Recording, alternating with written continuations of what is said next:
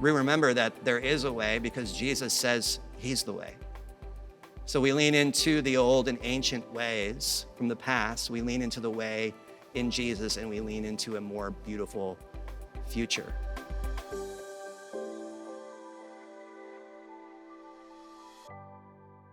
Well, welcome, friends. I'm so glad that you chose to take some time to tune in with us today. I'm delighted to see you through the screen, delighted to have you here, and may the presence, the very presence of God's goodness be felt in your home or wherever you're watching today as we work through this text this morning. So looking back over the last couple of weeks, we are in a series on remember and how important it is to remember back. And we explored the concept of remembering the promise, remembering the deliverance. And this morning, we're going to work through a text out of Deuteronomy 8, verses 1 through 10. So I invite you to open up your text to Deuteronomy and hold it open for a moment, and we'll get into it, and we'll read through that and work through that text this morning. But as we think back to remember the promise, remember the deliverance, and now we have to remember the way. And when we talk about the way, what is the way?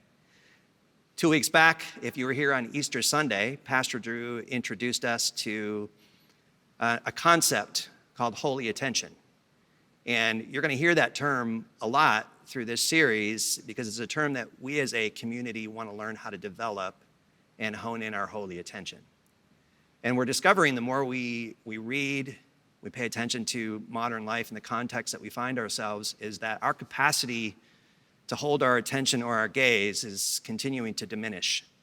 And a lot of this is simply the air that we breathe, and so many things competing for our attention. I think back to how many times I've heard people say, "Can I have your attention, please?" even over a loudspeaker or an announcement to hold our attention. And it feels like we have all these competing messages that are wanting to hold our attention.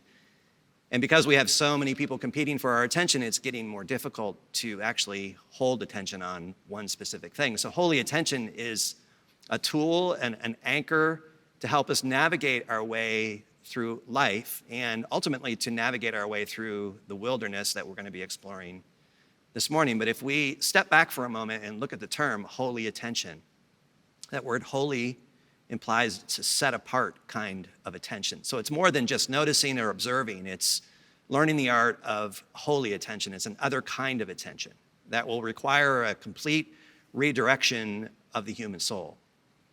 And holy, set apart, we think of the Holy Spirit, not just another spirit or any kind of spirit, but a Holy Spirit, something set apart that is worthy to hold our attention. Or the text that we'll be working through this morning is not just another text, it's a holy text that warrants our undivided attention and to hold our soul in place. And so as we're working on developing our holy attention, you're going to hear me say it's important to remember back, but it's also important to remember forward. So as we reach back and we remember back, we have to remember forward as well. And I'll explain that more as we work through this together this morning. So as we remember the way, it's really important that it's not just another way, it's remembering the way.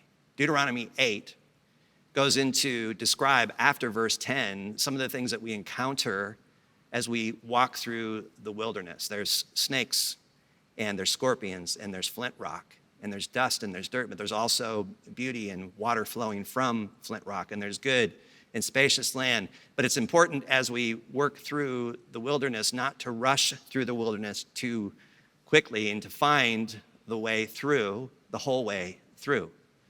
So as I said earlier, 2 weeks ago, we discovered the promise, remembering the promise that through Abraham and Sarai, God said, I'm going to do something about all of the dismemberment in the world, the brokenness, the decay, the fragmentation. I'm going to do it through your family line. There is going to come through your seed one that's going to hold all things together, that's going to fully reconcile us back into right relationship with God, and in the entire cosmos will be renewed. And then we work through the remembering the deliverance, and that God stepped in when it seemed like the Egyptian army was breathing down on the necks of God's people, but God rescued them by parting the Red Sea and led them to the other side into a safe and spacious land, and then into the wilderness they go. So first, the salvation came, and now the deliverance leads us into the way. I want to read to you Deuteronomy 8, 1 through 10, so read along with me. It says this in the text: "This entire commandment that I command you today you must diligently observe." There's the holy attention piece. "So that you may live and increase and go and occupy the land that the Lord promised an oath to our ancestors. Remember the long way that the Lord your God has led you these 40 years in the wilderness in order to humble you, testing you to know what was in your heart, whether or not you would keep his commandments. He humbled you by letting you hunger, then feeding you with manna, with which neither you nor your ancestors were acquainted, in order to make you understand that one does not live by bread alone, but by the every word that comes from the mouth of the Lord. The clothes on your back did not wear out, and your feet did not swell in these 40 years. Know then in your heart that as a parent disciplines a child, so the Lord your God disciplines you. Therefore, keep the commandments of the Lord your God by walking in his ways and by fearing him. For the Lord your God is bringing you into a good land, a land with flowing streams, with springs and underground waters welling up in the valleys and hills, a land of wheat and barley, of vines and fig trees and pomegranates, a land of olive trees and honey, a land where you may eat bread without scarcity, where you will lack nothing, a land whose stones are iron and from whose hills you may mine copper. You shall eat your fill and bless the Lord for your good God, the land that he has given you." This, my friends, is the word of the Lord. So Deuteronomy 8 talks about this long way. And what I find interesting is that earlier in the text in Deuteronomy 5:33 is that the writer describes it as the whole way. And so if we think of it in contrast, the long way could bring up in our imagination, the long way is simply a detour or a delay, but the whole way implies that it's a necessity that whatever God is leading us through requires all of the journey, not just a piece, not just some part, but the whole way. So if we miss a step or we miss a mile, I suspect that we miss a piece of our own formation and what God is doing as we walk through this part of the story. And so if you rush through Deuteronomy 8 and you don't include all the parts, we love to go to the good parts, but there's also the other parts of the scorpions and snakes and hard rock and dusty ground where we have to toil and labor through life, but all of it belongs. So the good parts, the hard parts, the whole story, that's the whole way, because if we rush through the long way and we don't go the whole way, then we miss out on those pieces that need to be remembered back into wholeness. So the parts of us that have been dismembered or fragmented need to be remembered as we remember the way. I think it's safe for us to say that so much of life is about navigating our way through what God calls the wilderness, where our skill set no longer works or things that worked in the past aren't working any longer, and we find ourselves in a position of desperation, wondering, how am I going to make this through? A friend of mine refers to the wilderness or the desert as the laboratory of the heart, that this is where God does God's best work as we move and find ourselves being stripped away of titles, stripped away of reputation or bank accounts or things that we're convinced that we need in order to make it through life. And so instead of thinking as the wilderness is God's punishment or a way to reveal things in us that he doesn't like about us, think of it as our own benefit, that God is bringing things to the surface in the human heart. And these are the things that are held back in the dark corners, and as they're brought into the light is where the healing happens and where our formation does its greatest work. So that's why we don't want to leave out any of the parts of the whole way, because the whole way is the way. And then in this way, it talks about God providing manna for the people while they were in the desert. And one author refers to manna as the great food of uncertainty. It's that great uncertainty food. It's not something that you can control. It's not something that you can make happen. The only thing with manna that you can do is receive it. So that puts you in a position with an open hand and an open heart that I can only receive this gift from God, and it's just enough for today. That's the way of the wilderness. So do you see the food of uncertainty as a coincidence, or do you see the food of uncertainty as a way of reaching back into the story in order to remember forward that the same God who reconciled us through Abraham and Sarah, the promise, reconciling us through Jesus, the same God who delivered us through the Red Sea and got us to the other side is the same God who is feeding us right now. So that God who stands outside of time and inside of time, taking us back into these stories as anchor points, is part of our story. And then as we navigate our way through the way, the whole way, we reach back in order to remember forward. These are anchor points to hold us together. Now, jumping forward in the story a bit, when we get to Jesus, we see Jesus in Matthew 4. And the text tells us in Matthew 4 that Jesus was led out into the desert. Now, that word led out is the Greek word ekabale. And that word can be translated as led, pushed, shoved even. And you think about the implications of the Spirit shoving Jesus into the wilderness. And here's Jesus in the wilderness for 40 days, doing what Israel didn't. He stays faithful. He remains. He doesn't take the shortcut. He takes the whole way. And when he's tempted by the evil one to take power or to take bread or turn these stones to bread, he says, man does not live by bread alone, but by the very words of God. Jesus is reaching back into that Deuteronomy text. He's reaching back into the promise, the deliverance, and the way. He's reaching back to do what Israel couldn't do. Jesus is the greater Moses, is what the text is pointing us to. And so when we look to the one who's leading us through the way, Jesus reached back into the promise because he is the promise. And he reached back into the deliverance because he is the deliverer. And he reaches back into the way. And what does Jesus say? I am the way. The one who reaches back becomes the full embodiment of all the things that help us find our way through the whole path. And in him, Jesus moves through what is called the great and terrible wilderness. Deuteronomy 8 describes it as the great and terrible wilderness. And so Jesus fully steps in and he anchors himself in the very promise, in the deliverance, in the way, remembering back in order to move forward. He practices holy attention perfectly so that now, when we look to Jesus as our source, as our strength, we get to put into practice holy attention. Not just observation, not just noticing, but a whole restructure of the soul so that we know how to pay attention carefully when we find ourselves in situations that are extremely difficult. And you see, the temptation of the wilderness is to run through it as quickly as possible. But I would caution you on that. Again, that's why the whole way matters. Don't run through it too quickly. Let it do its work. Because there's things that need to be stripped away, things that we think we're convinced that we need to have in order to survive, that are no longer serving us or helping us. That God is calling us to give more of ourselves into what he would call a greater future. Learning how to embrace all that God has for us, because if we run through it too quickly, we might miss out on the gift that the wilderness is there offering us. Let the great and terrible wilderness do its work. That's the invitation. Let it do its work. Kicking, screaming, full of disappointment. Let it do its work. This leads me to a concept that theologians used, and it's the concept of eschatological realism. And when we think of the word eschatological, it comes from eschatology, and eschatology has to do with the end of things, the finality of humanity and the entire cosmos.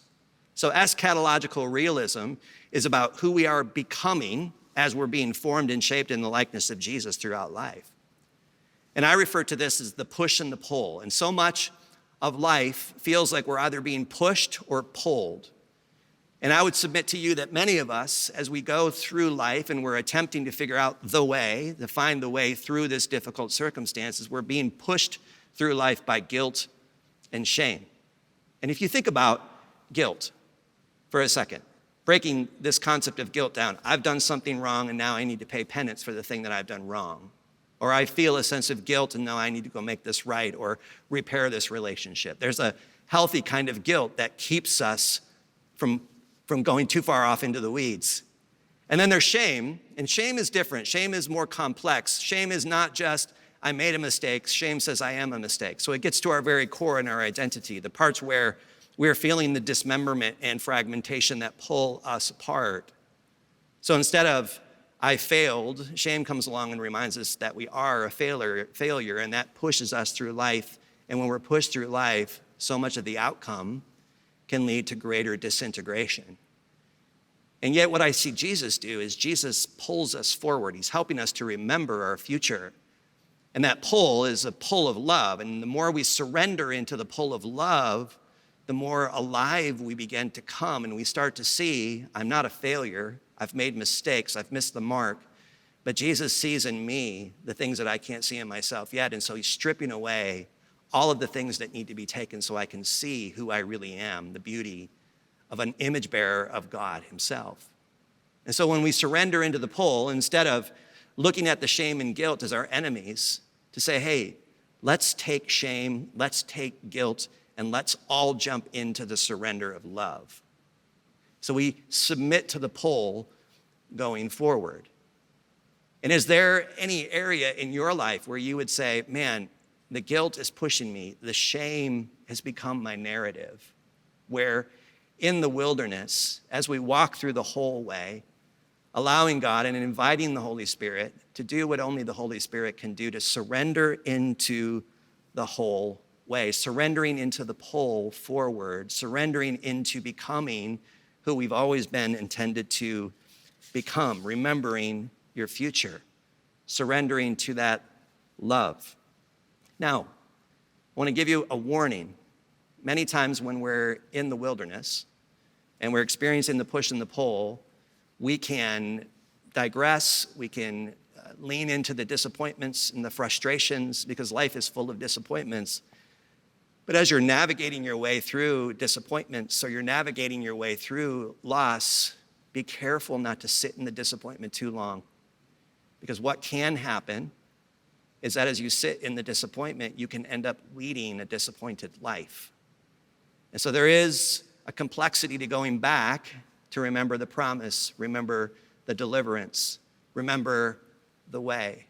That these snakes and these scorpions and this hard flint rock isn't just there for my demise, it's there for my own formation, helping me become more real, more whole, more like Jesus, remembering forward that Jesus, when he was in the wilderness, withstood the test. He stayed all the way, did it all the way through for the full 40 days. Again, hinting back to what Israel couldn't do in the 40 years, Jesus did in that 40-day period. He stayed. And he practiced holy attention. So I want to read an excerpt to you from one of my most favorite children's stories, The Velveteen Rabbit. And I want you to hear the beauty in this story carefully. It will require some holy attention, so let's lean in. Can I have your attention, please? This is what it says. "What is real?" asked the rabbit one day, when they were lying side by side near the nursery fender before Nana came to tidy the room. "Does it mean having things that buzz inside of you and stick out handles? Real isn't how you're made," said the skin horse. "It's a thing that happens to you. When a child loves you for a long, long time, not just to play with, but really loves you, then you become real." "Does it hurt?" asked the rabbit. "Sometimes," said the skin horse, for he was always truthful. "When you are real, you don't mind being hurt." "Does it happen all at once, like being wound up?" he asked, "or bit by bit?" "It doesn't happen all at once," said the skin horse. "You become. It takes a long time. That's why it doesn't happen often to people who break easily, or who have sharp edges, or who have to be carefully kept. Generally, by the time you are real, most of your hair has been loved off, and your eyes drop out, and you get loose in the joints and are very shabby. But things don't matter at all, because once you're real, you can't be ugly except to the people who don't understand." You hear that? Once you're real, you can't be ugly. Once you're real and you surrender into the pull of love, you let the sharp edges take their shape, and you allow God, the creator, the good creator of all things, began to soften those edges, the things that so easily break, the things that shatter our egos, our reputations. The purpose of the wilderness and walking the whole way is a good way. And the good way is for your own development as a human being. So walking the path all the way through, facing the snakes and the scorpions, pressing up against the hot flint rock, but also understanding that Jesus isn't going to leave us there. There's more ahead. So when we remember our future, we surrender into what is coming. Jesus shaping, forming, holding, that we get to lay aside our bitterness and our resentments, and we get to practice the art of forgiveness. And we get to surrender fullness into love. We get to surrender into the pull more and more. And as the stories say, does this happen all at once? It's like, no, it happens bit by bit. Small little incremental changes here and there, changing us, forming us. So friends, we remember back. We remember the promise. We remember the deliverance. We remember that there is a way, even when we feel like the way has gone dark and all we've gotten is silence in our greatest disappointment. We remember that there is a way because Jesus says he's the way. So we lean into the old and ancient ways from the past. We lean into the way in Jesus, and we lean into a more beautiful future. Does it hurt? Yeah, sometimes. Sometimes our eyes sag, we get shabby, we lose hair. Gravity does what only gravity does, is it pulls us back down. And then humility begins to take shape and form inside of the human soul. And as humility happens, more space happens. So as space increases inside of this human container called us, God does God's greatest work, and we become more real. And remember, when you're real, you can't be ugly. When you're real, you can't really get offended. Not when you're real, because you know that you are held by the one who loves you more than anyone. And when you're loved all the way through the wilderness, you can always look back at the anchor point and say, I remember that time in my greatest hour of need, when I lost the very thing that I was convinced I needed to have. That's when God met me at my deepest, darkest space. And he lifted me up, and I became more beautiful, more held, more open, more vulnerable. And now, as I step into that, now I can take my place that God has given me in the world as a gift, and realizing that all of it is a gift, especially the hardest parts. It was all a gift the whole time. God held me through it. And as I think back in my own story in those moments, when they were the darkest, when I was the most desperate, when I thought everything was collapsing, that's when God stepped into his fullness and brought me through and led me into deeper trust, into deeper hope, into deeper love, and continued to increase in me the capacity to hold that space for other people. And as somebody who's walked through my own variation of the wilderness, now I look at those times, those formational pieces where God has done in me what only God can do, to be able to hold compassion for other people in deeper, more significant ways, and to be able to hold more love and more capacity for humility. When God gives me good things, I realize it's a gift. It's all a gift. It's like the Apostle Paul reminds us when he says, rejoice, rejoice. And again, I say, rejoice. And that word rejoice can be translated as gift. And if you think about it, gift, gift. And again, I say gift. The Apostle Paul, writing from a position where everything was taken away from him. And now he has the audacity to say it's all a gift. It's a gift. Yes, he's remembering, reaching back in order to remember forward. He's remembering the whole way, that this is just a piece of my story. This is not the end. Jesus holds the final word and can lead me all the way through. And so I'm going to trust, and I'm going to lean into this, understanding that God's heart is to make me understand that there's a way. and that Jesus is that way. And I want to walk the whole way. So hold that with me this morning. Hold that possibility that God could be up to something. Wherever you find yourself in life, or you're in a circumstance that seems like everything's being taken away, could God be doing God's greatest work in that moment? Could something being formed and shaped in you be the very thing that you need in order to open you up to more of what God has for you, that in that particular space, in that loss, in that disappointment, in that frustration, in that hurt, what's God up to? Remember the whole way, that it requires a whole redirection of the human soul. So as we learn how to develop holy attention, and truly set apart kind of attention, not just seeing, not just observing, not just noticing, but developing our holy attention and leaning into it, that's what we need as we move through this series together. Pray with me, friends. Jesus, whatever you're up to, we say yes. Whatever your intentions, whatever you desire, we say yes. Especially to the areas of resistance, where we feel clenched and closing in. Would you in your graciousness help us to relinquish, to surrender into the pull of love, goodness, and trust. And in those areas of fear, would you give us the courage that we need to say yes to the invitation for the next step? Just help us do the right next thing.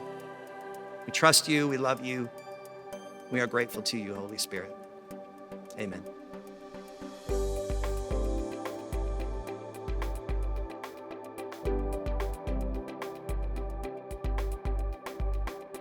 Hi, my name is Rebecca Morgan, and I'm the Director of Life Groups here at Bel Air Church.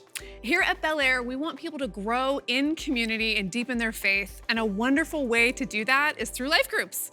Visit belair.org/life groups to see both in-person and digital groups you can be a part of.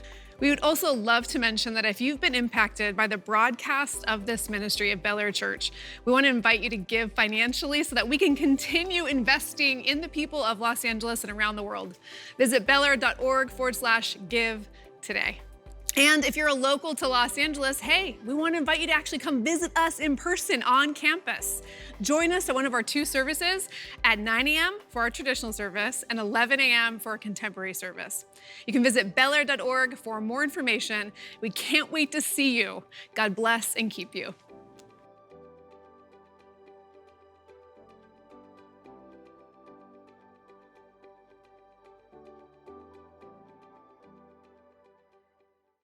The preceding program was sponsored by Bel Air Church.